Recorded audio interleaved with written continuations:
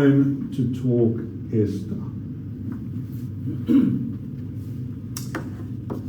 So what's interesting about Esther is, as I said earlier, the name of God is not mentioned once in the book. Not once. But it remains a significant part of the Jewish lectionary and is read every year during the Jewish holiday of Purim. The scroll you see up the top is from Tiberius in Israel. And it's an open scroll of Esther.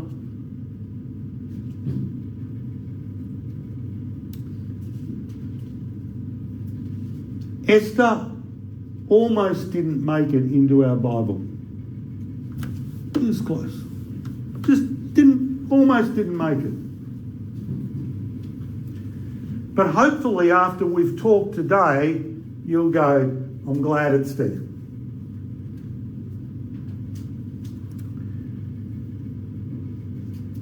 It's one of only 2 books named after women.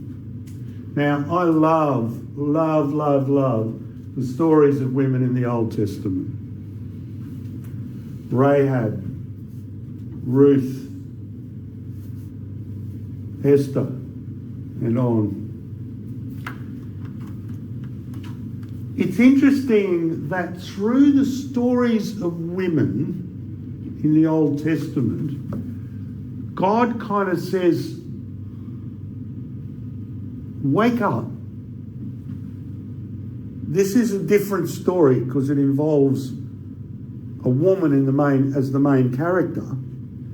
So there's a point here I want you to listen to. It's not just one of my other stories, you know? This is a standout. It's like by putting a woman character, he's making it a red letter story. You know? I want you to jump out and read this.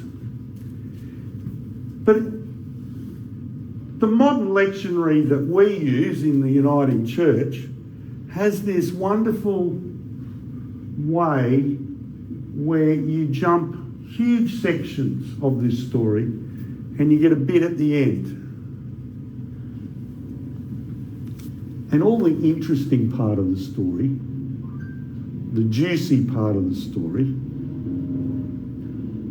almost the saucy part of the story, we don't do that. Well, I'm a bit different.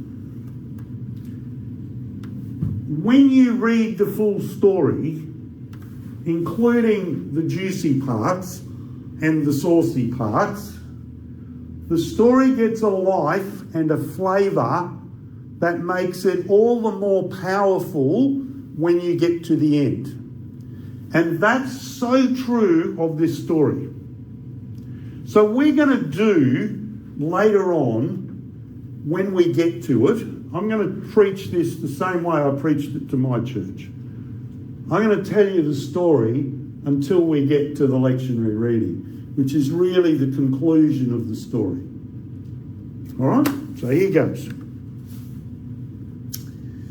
This story of Esther, it's important to understand the genre, what this is about.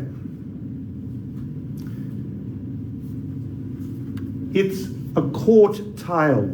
It's a tale from the court of Zacchaeus, or who knows how you pronounce it, right? And the reality is no one does know. And this was a guy who was king of Persia in the Achaemenid Empire.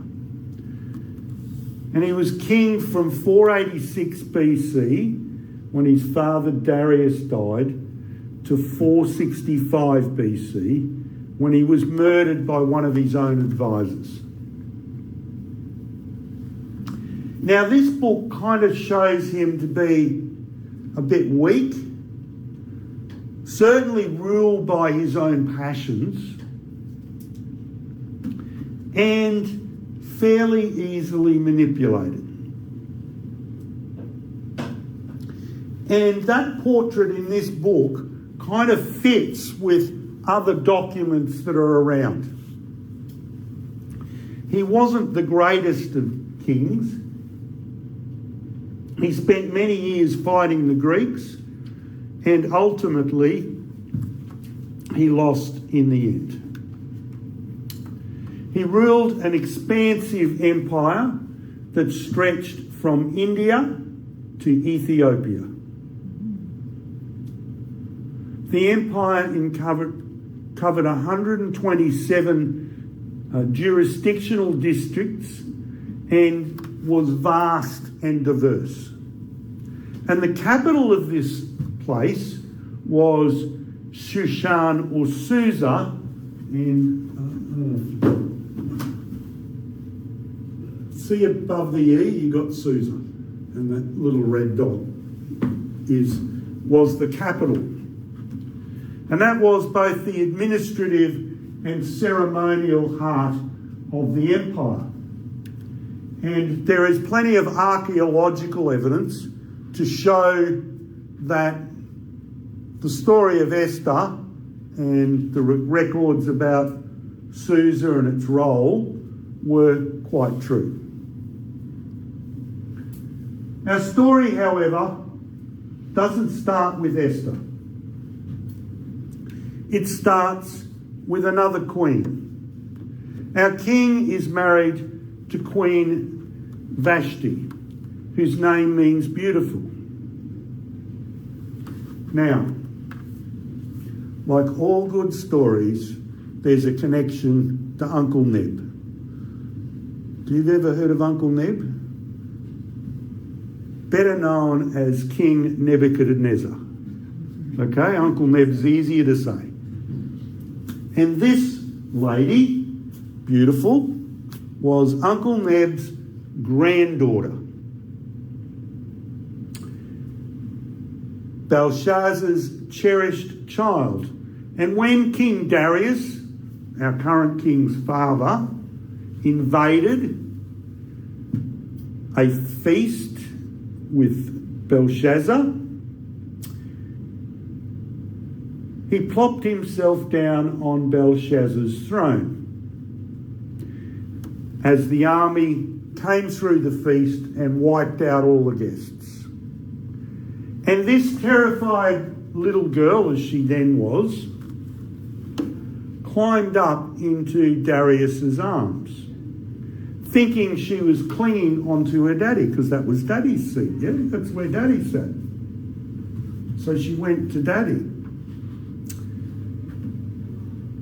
And Darius was so moved by this little girl that he adopted her and eventually gave her to his son as his wife. So that's how she ends up. And King Nebuchadnezzar, Uncle Neb, still linked into the story, because you've got to have Uncle Neb in there somewhere. So our king is ruling with Queen Vashti, and he decides that he's going to have a display of his wealth of his kingdom and, how splendid and magnificent it is. And so he has a display of everything, and he invites people and dignitaries from other regions and from within his own empire. And for a full 180 days, we have this display, grand display of wealth. 180 days, it's nigh on 6 months. And as this feast comes to an end, the king gives a banquet that lasts 7 days.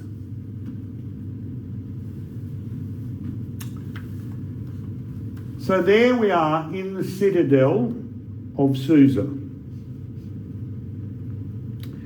And because of the king's command, there was no restrictions.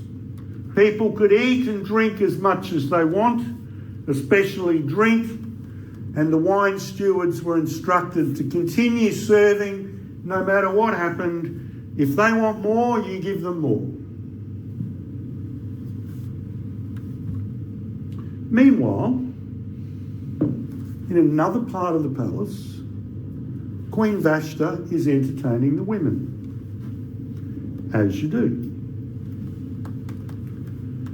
But on the seventh day, King Xerxes was in high spirits from his wine. And he commanded the 7 eunuchs who served him to go and get Queen Vashta wearing her royal crown in order to display her beauty to the people and the nobles, to show how lovely she was to look at. This wasn't her coming out in her finest gown to give a fashion parade. No. She was meant to wear the crown and nothing else.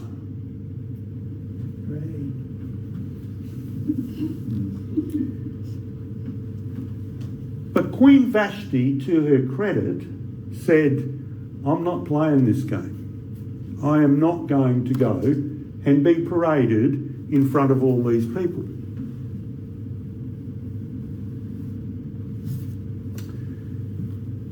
So one of the eunuchs comes back and tells the king.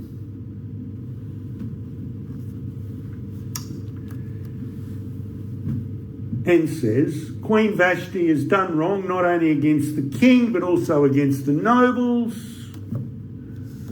and the people of all the provinces in the province. I'm just trying to get a mouse here so I can keep reading my notes. In all the provinces. Therefore, if it pleases the king, let him issue a royal decree and let it be written in the laws of Persia and Media, which cannot be repealed, that Vashta again is never again to enter into the presence of King Xerxes. And also let the king give her royal position to someone else who is better than she. So she's done what I would argue was the right thing. You know, I'm not going to be paraded like that. And for that, she is banished. So what happens next is interesting. So there's a proposal put to the king by his attendants. Let a search be made for beautiful young virgins for the king. So the call goes out. Come all you beautiful virgins, and from you, those who put yourself forward, the king will select the next queen.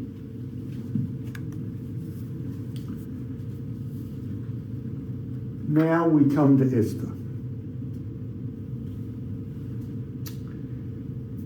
Esther is an orphan. But there is an older cousin named Mordecai who adopts her and chooses to look after her.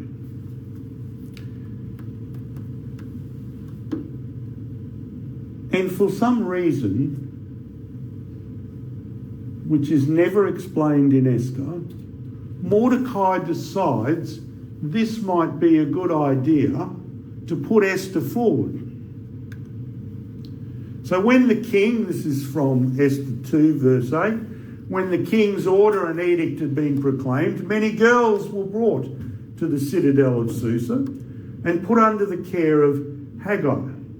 Esther also was taken to the king's palace and entrusted to Haggai, who had charge of the harem. And so there she was. There was, however, one problem. They certainly didn't tell the king's staff that she was Jewish, because this was not a Jewish country. This was Persia, remember? because the Jewish people who were living in the empire were those who had been left and remained after the Babylonian exile. And most of the Jews went back, but some remained. And this is the group that remained. Mordecai and Esther are part of that group. So what happens is,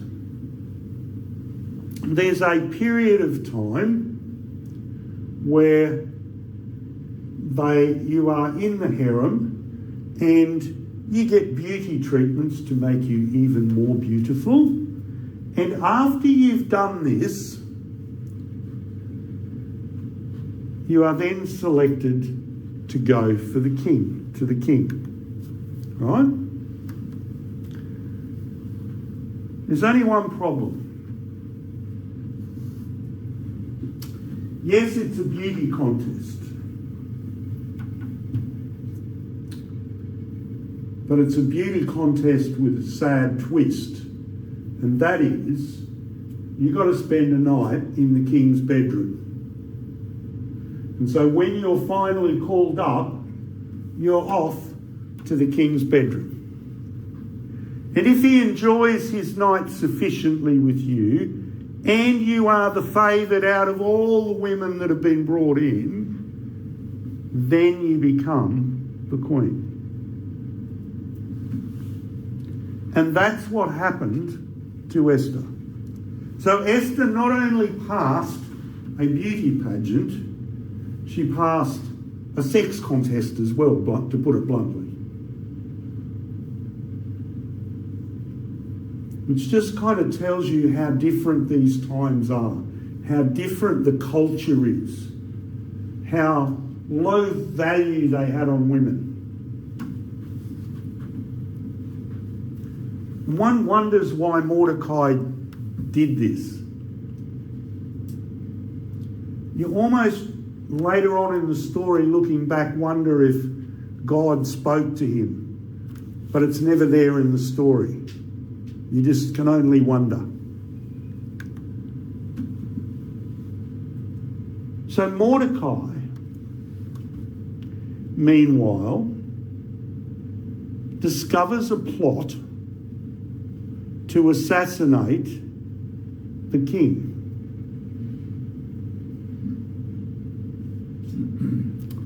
And he tells Esther.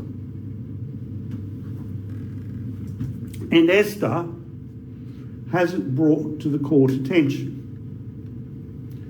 And the book of Esther reports, and when the report was investigated and found to be true, the two officials were hanged on a gallows, and all this was recorded in the book of the annals in the presence of the king. The book of the annals is almost like the government gazette of the day. All right? Now, in the meantime, the king has a chief advisor called Haman.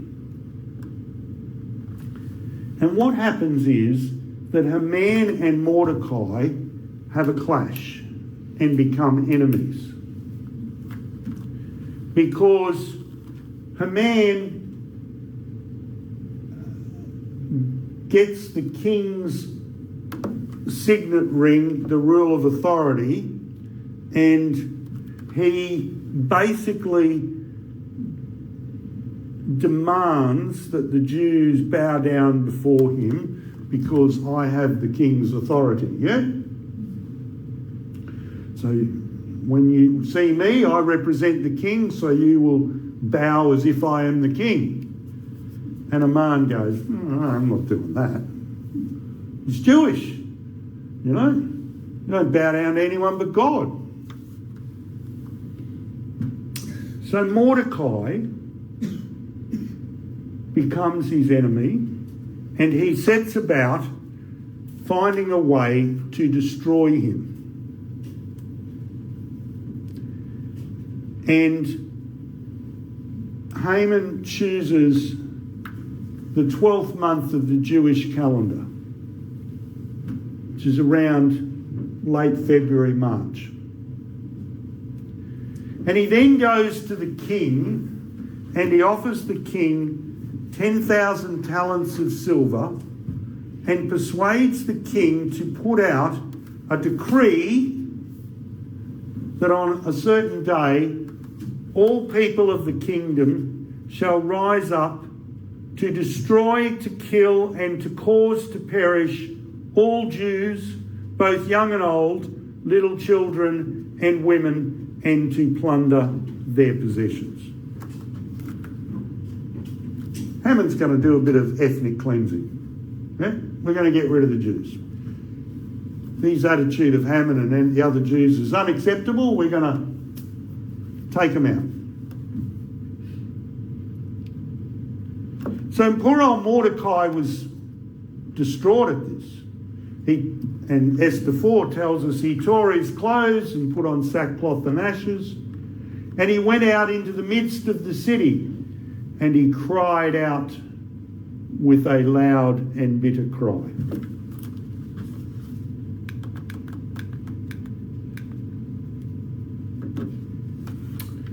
Then Esther got one of the eunuchs to go and see Mordecai and find out what was going on. You know, she heard Mordecai's out there in sackcloth and ashes. What's going on? What's the problem here? And this is where Esther's really been called by God. She orders a 3-day fast by all the Jews. And she and her household also fast and pray. And she says, when this is done, I will go to the king, even though it is against the law. So she can't just waltz up to the king, you know. Hi, king, we need to have a chat. I mean, she's the queen, but no. And if I perish, I perish. Esther's no dummy. Esther's worked out the ways of the court. So she goes and sees the king, and he grants her the favour of an audience and then asks her request. If it pleases the king, replied Esther, let the king, together with Haman, come today to a banquet I have prepared for them.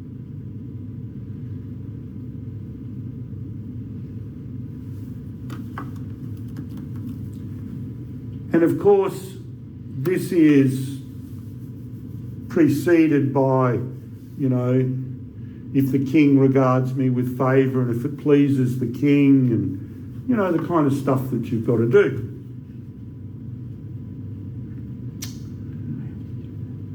So,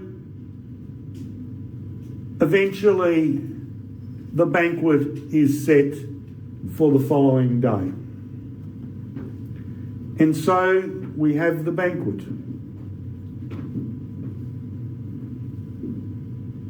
In the meantime, Haman decides he can't wait.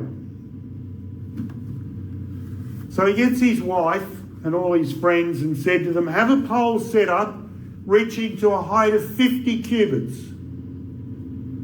and ask the king in the morning to have Mordecai impaled on it. Actually, that came from his wife to Haman. Then go with the king to the banquet and enjoy yourself. So he's going to put Mordecai on the pole and then go off to find out what's going on with Esther. He thinks it's going to be good news. So he does that. In the meantime,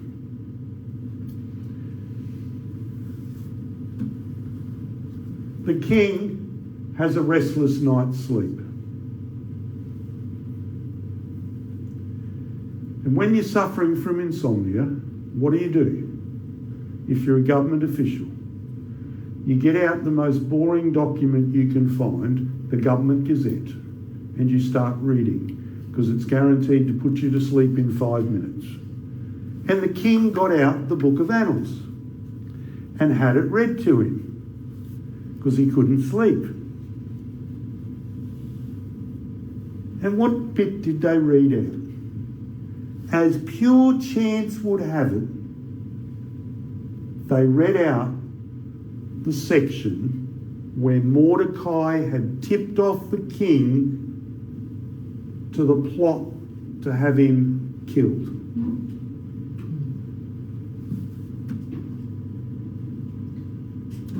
So the king sleeps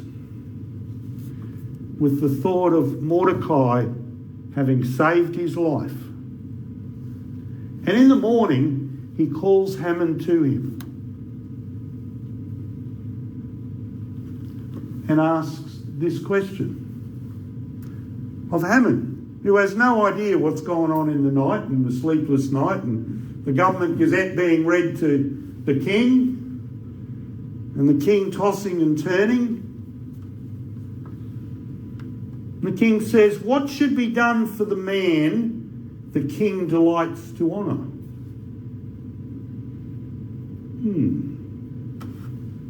Haman. I wonder who that could be. There's no one really, like I'm the highest official in the land. He trusts me. Okay. For the man the king delights to honour, have them bring a royal robe the king has worn and a horse the king has ridden, one with a royal crest placed on its head. Then let the robe and horse be entrusted to one of the king's most noble princes, and let them robe the man the king delights to honour, and lead him on the horse through the city, proclaiming before him, this is what is done for the man the king delights to honour. I'm feeling good. This is going to be a good day. I can feel it.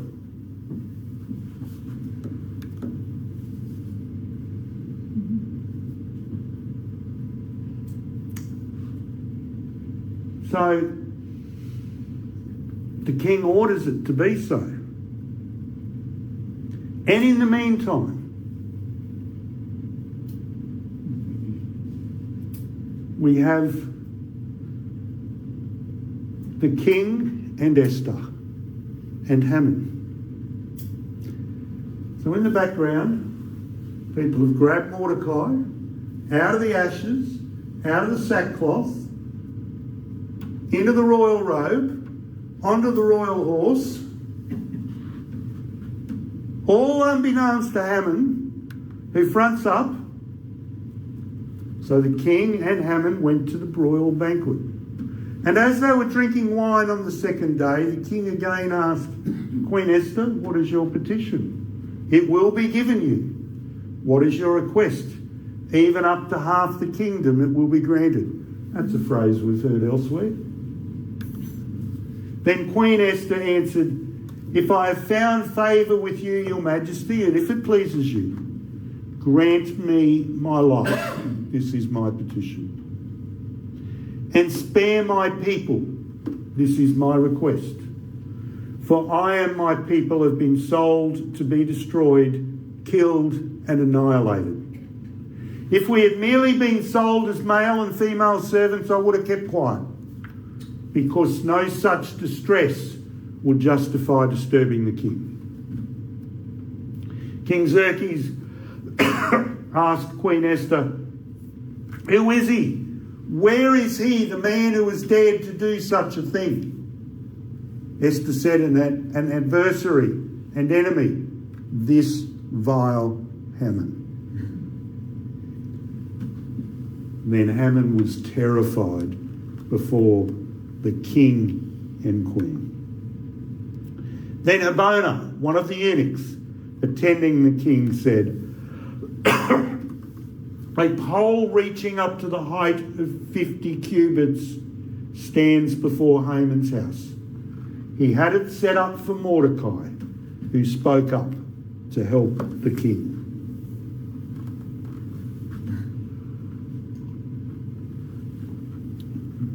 You can guess what's about to happen.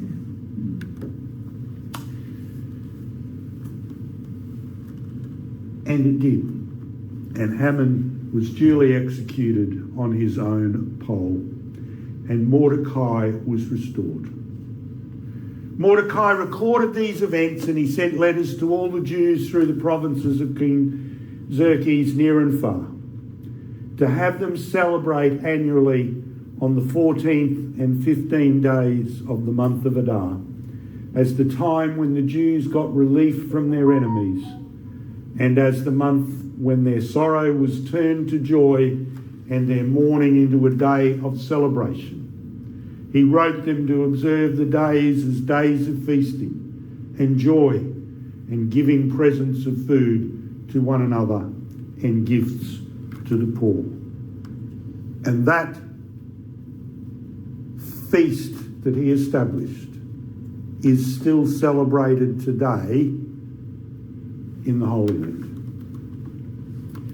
Purim is celebrated amongst the Jews by exchanging gifts of food and drink, donating charity to the poor, eating a celebratory meal with alcoholic beverages, and the public recitation of the scroll of Esther, usually in the synagogue. There are special additions to the daily prayers and the grace after meals. And for Shephatic and Mizrahi Jews, they apply henna. They parade, they wear masks.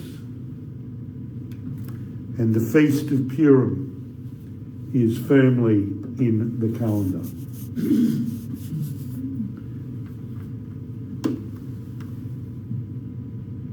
This year, it was sunset March 23 through to sunset on March 24.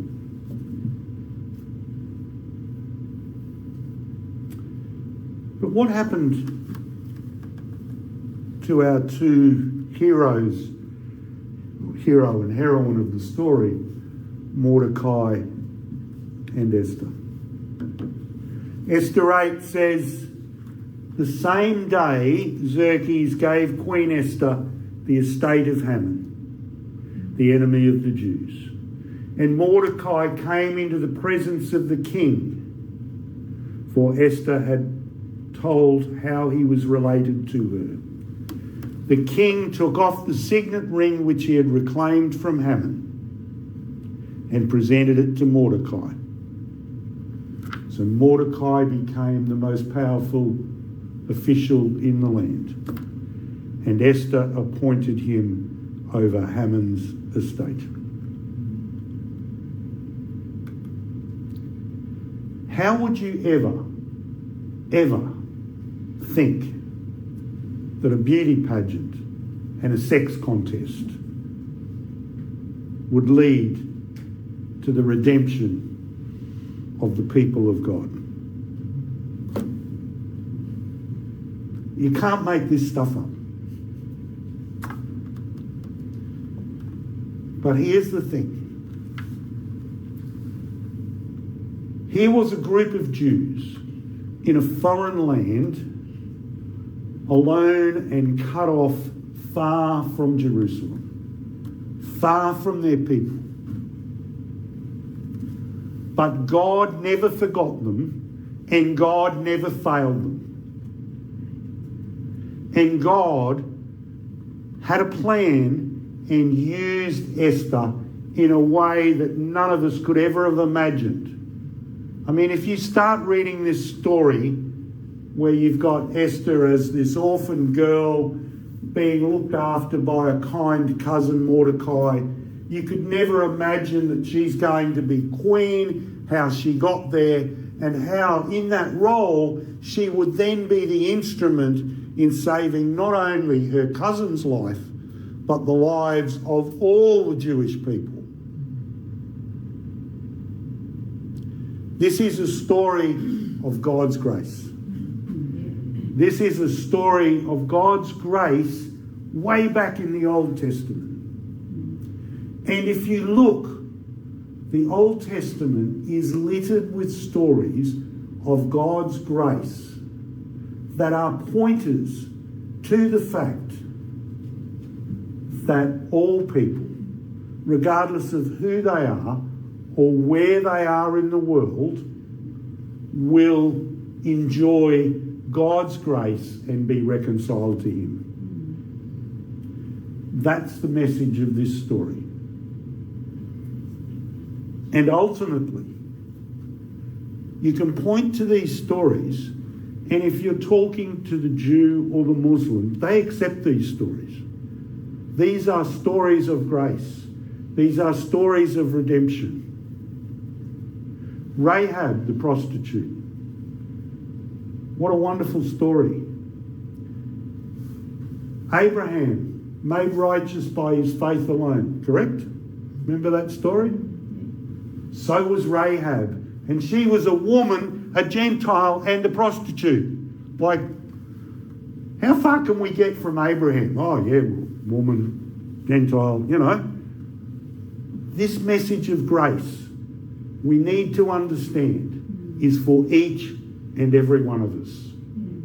Amen. We're going to finish with a song. It's an old song. It's kind of a Baptist mission type song, but it's got a nice beat to it. We'll stand to sing, and it's called Grace That Is Greater Than All.